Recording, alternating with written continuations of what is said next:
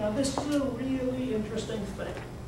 People like me who sympathize with the Emancipation Proclamation say, great for Abraham Lincoln. He used his power as commander-in-chief to issue the Emancipation Proclamation, essentially bypassing a constitution which made slavery the responsibility of the state. When George W. Bush used his powers as commander-in-chief to bypass certain constitutional protections like habeas corpus, I was one of the first people saying, wait, you can't do that. One more example, we talked about this a lot last year, about the ways in which constitutional arguments are instrumental. We're states' rights people if the issue we care about is one where the states are on our side. We tend to not be states' rights people if the issue is the other way. So here's a case where Lincoln really was the first person. Lincoln also suspended habeas corpus, where this dramatic expansion of presidential authority at the expense of the Constitution, under the auspice of the power of commander-in-chief, whether we like it or not, the specific things, has a lot to do with whether or not we like the outcome. In any event, Lincoln would issue in the fall of 1862 a preliminary Emancipation Proclamation. That proclamation said that any state still in rebellion on January 1st, 1863, any people who are enslaved in those states will be free forevermore on that day. It's basically an ultimatum to the South. You have 3 months. If you're still in rebellion, your slaves will be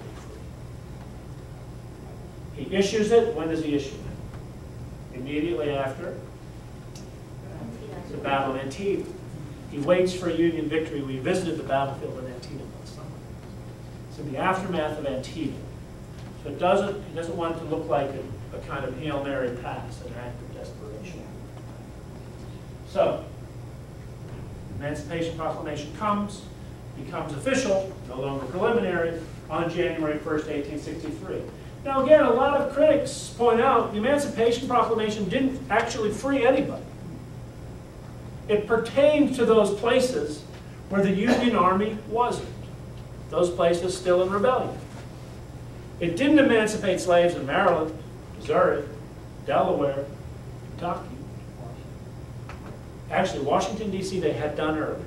And earlier in 1862, they had emancipation or abolition in Washington, D.C. with compensation. The federal government paid $300 to every slave owner for losing slaves. Lincoln actually offered that same deal to people in the border states. He said, look, this war, that the mere friction and abrasion of war will end this institution. You're going to lose your slaves. Why don't you get ahead of this? Help us, and we'll compensate you. Did they, No. Did they get out to accommodate some? None of the 4 states took the deal. Now, Britain, when they did this, they were compensated. Great Britain, abolition of the British Empire had been compensated. Abolition of the United States in the District of Columbia was a compensated emancipation. Lincoln offered that deal. So people in the border states didn't take it. So did the Emancipation Proclamation free no one? No, technically. And yet, it's completely changed the war. It specified thereafter that every enslaved person who got to those Union lines was free forever. It also ensured that every inch of territory that Union troops took became free ground. It transformed the war, turned the Union Army into a war, into an army of liberation. Now again, this is all assuming that the Union wins the war. It all hinges on the war. It's not clear that that's necessarily going to happen. The war is still a near thing in 1864. The Democratic candidate who runs against Lincoln in the election of 1864 who looks for a time like he might win, George McClellan, former general who Lincoln had fired. McClellan's position is we want to make peace with the South. McClellan, forgive me for using this word, you won't hear me use it often. McClellan had written to his political supporters, insisting that the war had nothing to do with slavery. For God's sakes, he says, keep me free of the nigger question. That's George McClellan. That's Lincoln's opponent. In campaigning against Lincoln in 1864, the Democrats, in fact, coined a new term, miscegenation, race mixing.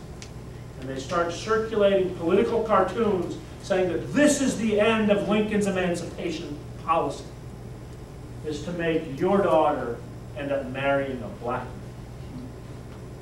That's the election of 1864. If the Democrats had won that election, then emancipation might not have been consolidated. But in the end, Lincoln wins the election far more handily than he imagined. Here's a copy of the Emancipation Proclamation. And this is Lincoln's second. And again, we'll put all these images up online. This is a picture, imagine. It's a picture of Lincoln's second inaugural address. Really, I think, the greatest speech in American history. Earnestly do we pray that this mighty scourge of war shall pass. But if it shall continue, till every drop of blood drawn by the lash is compensated by a drop of blood drawn by the sword, so shall we say, as was said 3,000 years ago, the judgments of the Lord are true and righteous altogether. And the President saying that to the nation on the occasion of his inaugural address. That's Lincoln delivering that speech. Somewhere down here, I can't find him, you'll find Frederick Douglass. Frederick Douglass came to the White House after the speech. Imagine this. It's the presidential inauguration ball in the White House. There are black people serving. There's nobody else in the White House.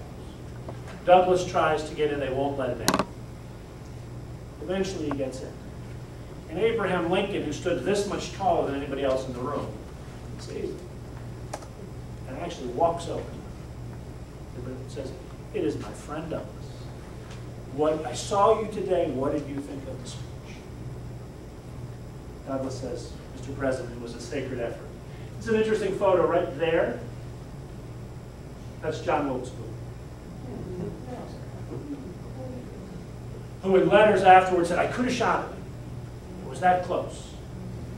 And of course, as we know, a short time later, this is the end of the war. This is Richmond at the end of the war. At Ford's Theater, John Wilkes Booth would indeed shoot. This is an amazing sequence of moments, right? This is all within about a month. Lincoln delivering the second inaugural, the final conclusion of the war, Lee's surrender to Grant at Appomattox Courthouse, and then on April 14th, Good Friday, the assassination. There's amazing stories about this. People who knew Lincoln later recalled that that morning of the 14th, he awoke with an uncharacteristic whiteness and a face that had seemed so solemn and so sad for so long. That indescribable sadness, wrote one who saw him that morning, had been suddenly changed for an equally indescribable joy. That afternoon he took his wife Mary for a carriage ride, just the two of them, through Washington. Imagine this, too. Not like hordes of Secret Service, maybe somebody riding alongside him. He and his wife hop in a carriage and are tooling around Washington, D.C. for a drive. Mary was always very highly emotional. Today she would undoubtedly be diagnosed as bipolar. I mean, that's serious. Lincoln himself suffered from severe depression. If Lincoln lived today, we probably would have diagnosed him in that case.